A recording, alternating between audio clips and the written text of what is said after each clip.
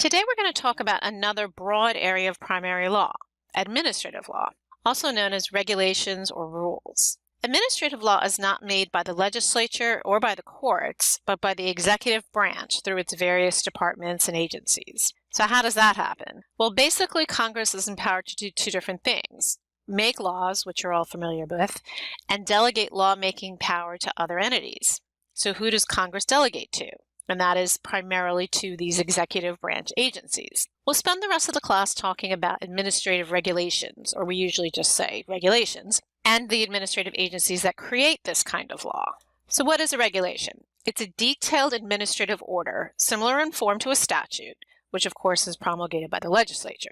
Regulations are also known as rules, and these terms are used interchangeably in U.S. administrative law. So don't worry about that. It can be a rule, a proposed rule, a final rule, or it could be a regulation. It kind of just depends on where you find it. When it becomes codified under subject heading in the Code of Federal Regulations, then it's called a regulation.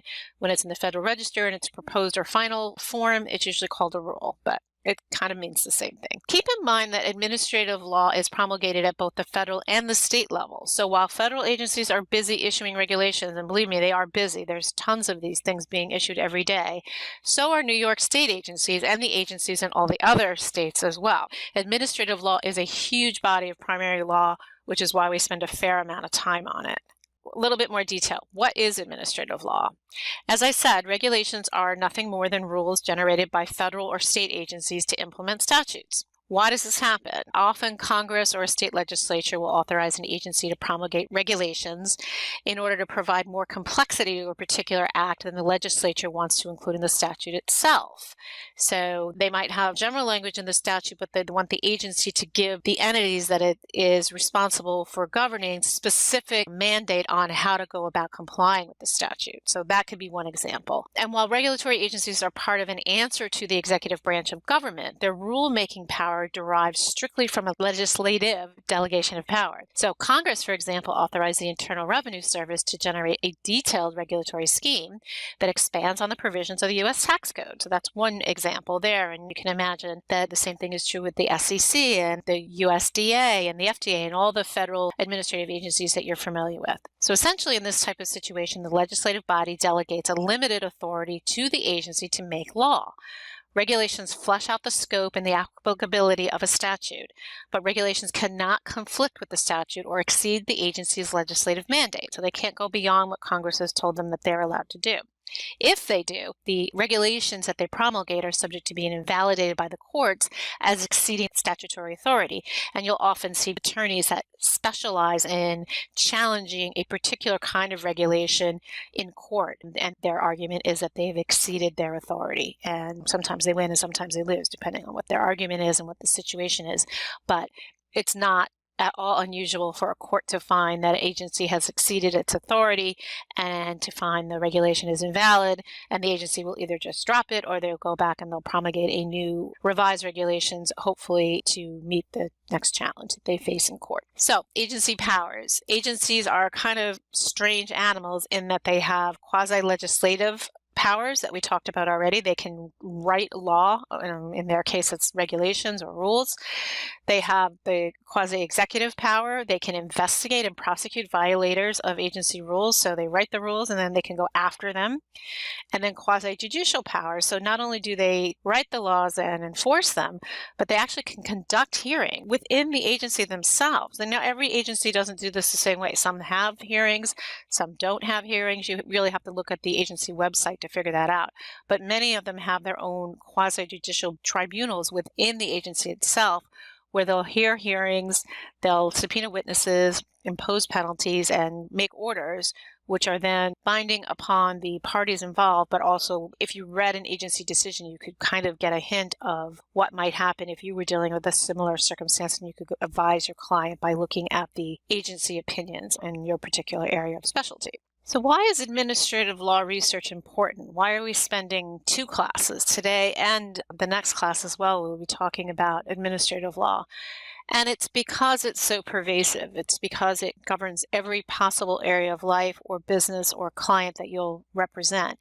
It's also difficult. In my opinion, reading regulations and interpreting their meaning is even more difficult than reading statutes. So it's important that we figure out the easiest way and the best way to do it so we can be thorough and advise our clients. So we talked a little bit about this. Where does the authority come from for these agencies to go about making law? Because it isn't something you would necessarily at first blush think that they could do, since they're supposed to just be enforcing the law in accordance with the separation of powers that you look at in the Constitution.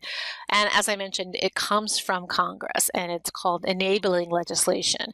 So in the enabling legislation, Congress will say that it's creating an agency, and then it authorizes the agency to promulgate regulations on certain subjects. So if the agency goes ahead and promulgates regulations beyond its enabling legislation, then the regulation is going to be found invalid by a court. And then Congress, in these enabling statutes, and again, they can run the gamut, can also authorize the agency to do other things, such as perform inspections like the United States Department of Agriculture, or issue a permit like the Department of Energy or the Department of Transportation. So the authority to make regulations also comes from, in addition to the specific enabling statute that is talking about the specific agency and what it can do, from this overall legislative enactment, which is called the Administrative Procedure Act, or the APA. And it authorizes several categories of rulemaking.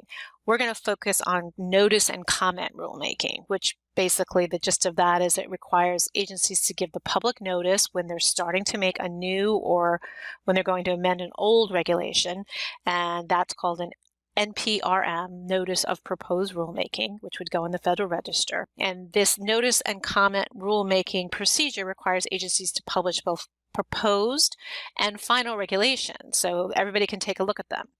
It requires agencies to hold hearings or otherwise allow public comment. They don't always have to hold hearings, but they can. But the agency has to provide some way that the public can comment on the proposed regulation before it becomes final. All right, so here in a nutshell is how a regulation goes from being an idea to actually being a final regulation that's codified and put in the Code of Federal Regulations. So usually they come into being after the occurrence of some initiating event. It could be a voluntary act by the agency. The agency could be acting on its own priority and plans, or it could be reacting to some new scientific data or technology. There could be a series of unfortunate events, like traffic accidents or adverse drug reactions if you were the FDA. The agency can also engage in rulemaking as mandated by statute. So Congress may tell them, like when they passed the Affordable Care Act, there were a slew of regulations that had to be issued by a slew of different federal agencies in reaction to the Affordable Care Act. And they can also be reacting to recommendations from agencies, advisory committees, and other groups. And then finally, agencies can engage in rulemaking as a reaction to public pressure, including lobbyists, or because of pending lawsuits. All right, so let's just take a look at this, and this is the rulemaking procedure in a nutshell. So step 1, the agency drafts a proposed rule. Step 2, the agency publishes a notice of proposed rulemaking, the NPRM, in the Federal Register, and then asks the public for comments on the proposed rule. So the phrase notice of proposed rulemaking is just a fancy way of saying proposed rule. Step 3, the public's given the opportunity to submit written comments on the proposed rule. And we'll look at the actual website where this all goes on, which is regulations.gov, which is a great and free resource if you're interested in the federal rulemaking process. Sometimes, but not always, agencies also hold hearings at this point on the proposed rule. But again, they don't have to. They just have to give the public some way to express what they think about it. And it can just be with written comments or submitting electronic comments through regulations.gov also would be sufficient. Step 4, the agency reviews the comments that they received and they may revise the rule. You'll see in a final rule in the preamble, they'll talk about the comments they received and what they thought about them and how they incorporated it into the rule, or they chose not to.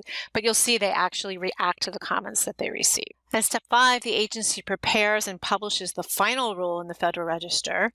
And then step 6 is the rule is codified or assigned to its appropriate subject title into the Code of Federal Regulations. Now you can start seeing that this process is very similar to how a statute at large would be taken by the Office of Law Revision Counsel and sort of split up and put into the United States Code by subject arrangement. The same thing happens with final rules, get split up and put under their subject headings in the Code of Federal Regulations. So just briefly, because we're not going to spend a lot of time on this, in addition to notice and comment rulemaking, agencies often promulgate other things, non-legislative rules. And this type of rule is not subject to the APA notice and comment requirements. These rules are also not going to appear in the Code of Federal Regulations, but they'll be in the Federal Register.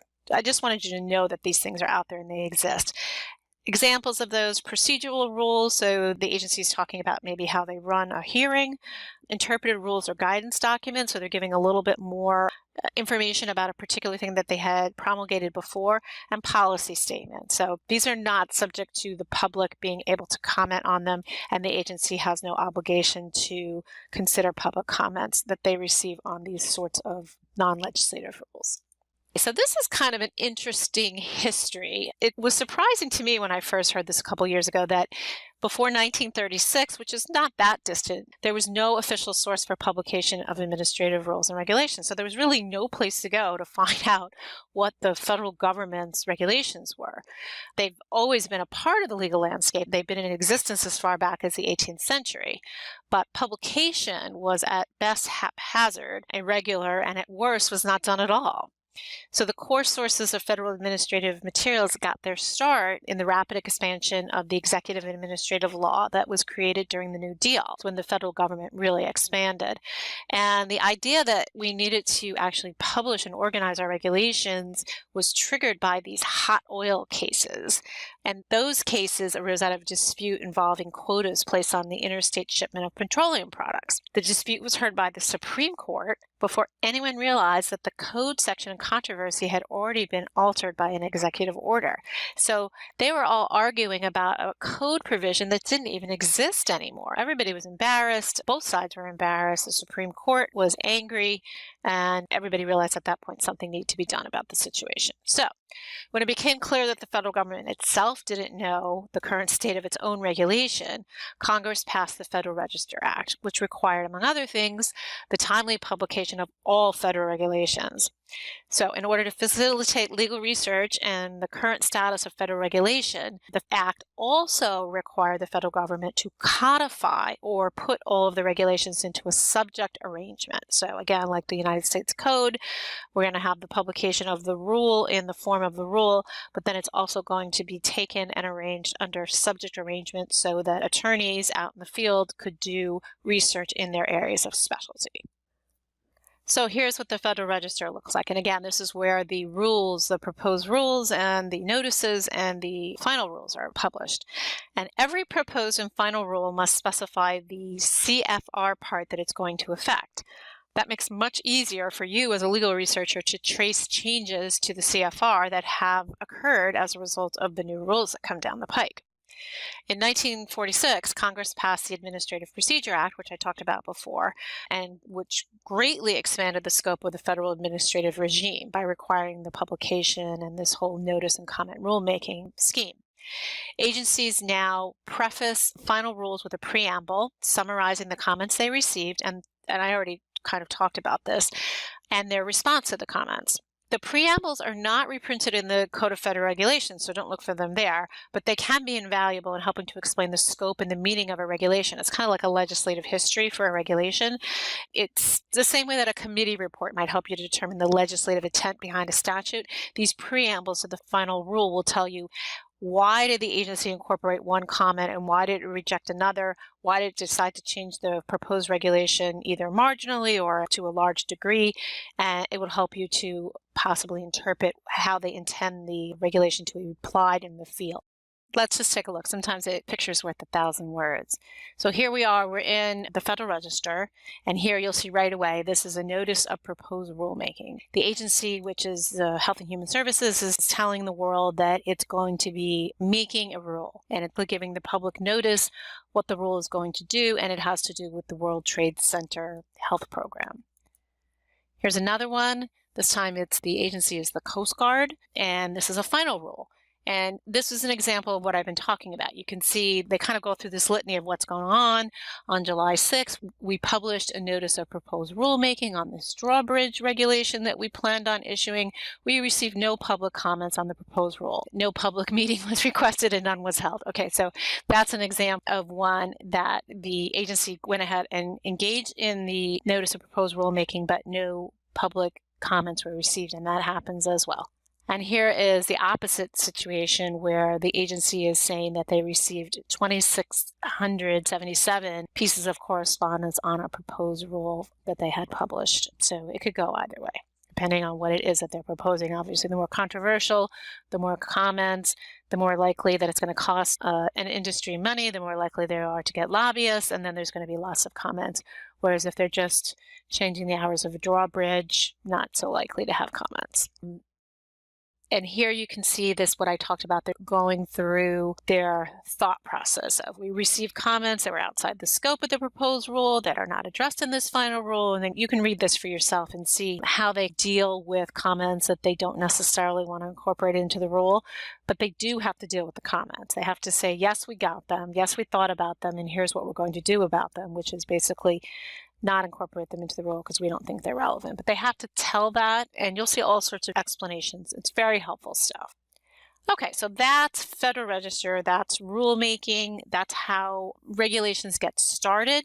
And then, as I mentioned, the next stage, once something's a final rule published in the Federal Register, then it's going to go ahead and get split up into subject arrangement. Chronologically, a regulation would be published first in the Federal Register and then arranged by subject. This mirrors the way statutes are published in the Statutes of Large and then in the United States Code.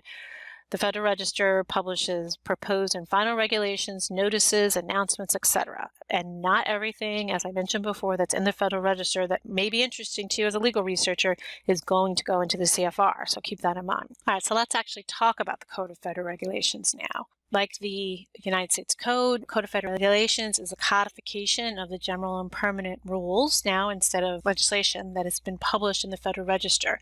It's divided into 50 titles, which represent the broad subject areas that are subject to federal regulations. Each of the 50 titles of the CFR is then further divided into chapters that are assigned to the federal agencies that are responsible for issuing regulations pertaining to that subject area. So each title of CFR is updated annually. If you're looking at it in print, you can see the revision date right on the front cover. Pictured here is 2017. And just as a finding aid, each year's cover is a different color. You won't have that electronically, but if you happen to be looking in print, that's something to know about. As with statutes, the process of compiling regulations into a subject arrangement is called codification. Now we'll just spend a minute talking about regulations.gov. It's a website that's used by over 300 participating federal agencies, and they use it to conduct their rulemaking process.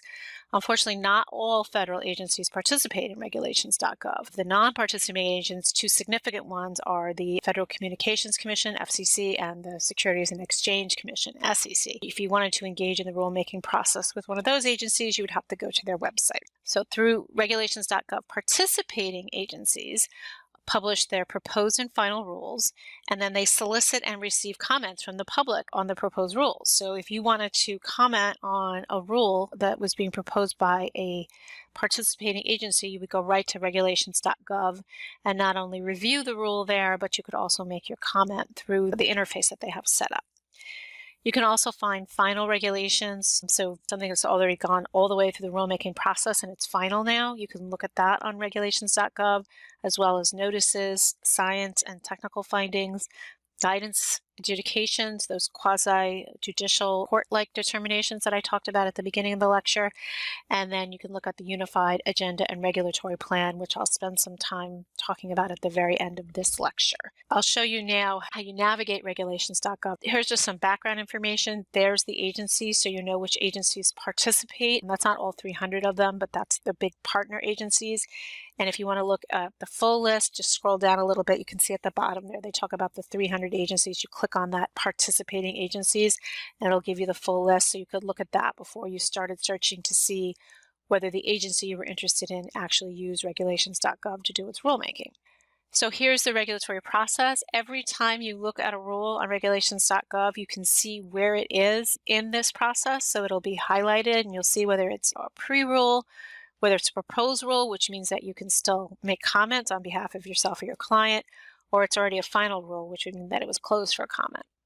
And all of this is in the docket folder, which we'll look at in a minute.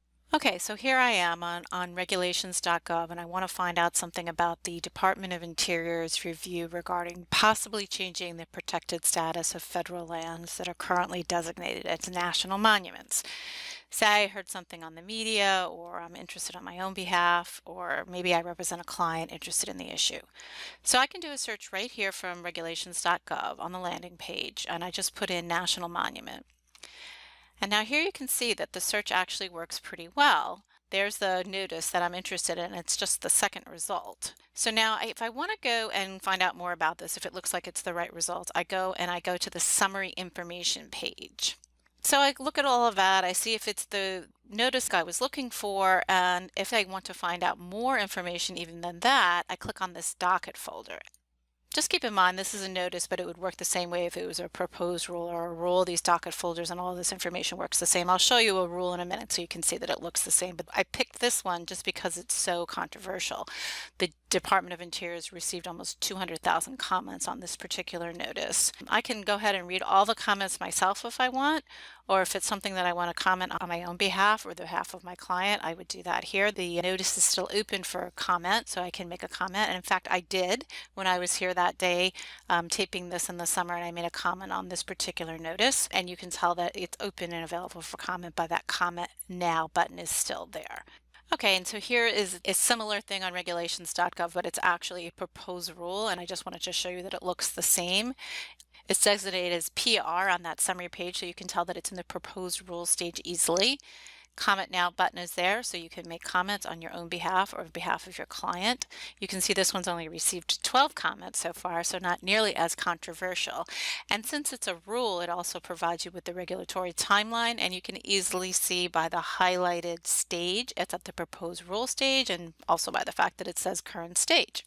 So there you go. That's regulations.gov and the things that you can do. If I were interested in this more, I could open up the docket folder and see all of the various documents that were in there. The full text of the proposed rule, the text of the comments received, and any sort of background documents. Okay, last thing I'll mention, I talked about this unified agenda of federal regulatory and deregulatory actions, which is more easily known as the regulatory agenda.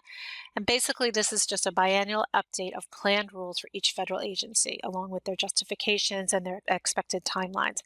So all they have to do is they have to publish what they're up to, what are they doing in rulemaking, what do they plan on doing, just so people can not only understand what's going on right then, but what they can plan for in the future. So, a heavily regulated industry would want to know not only the current state of regulatory law, but what it was likely to be in 6 months or a year. And that's what the regulatory agenda can help out with. So here I was a health attorney. I'm going to pick the Department of Health and Human Services, and there's their particular regulatory agenda. You can see this goes on and on and on. All right, so that's it for this video lecture. As we usually do, we'll do an exercise first thing when we get into class. This week it'll be on federal regulations, so you'll be working in the CFR. And then after that, I'll do an in-class lecture on how to find regulations in paid databases, Lexis, Westlaw, and in some of the free resources that are available. FDSys is a great place to go. And then we'll talk about state and municipal rulemaking and the process that goes on there. Then we'll do another exercise, this time on finding New York state regulations. If you practice in New York, you'll be doing a fair amount of that. And that's it. So as usual, don't forget to take the week 8 quiz and submit your results. See you in class.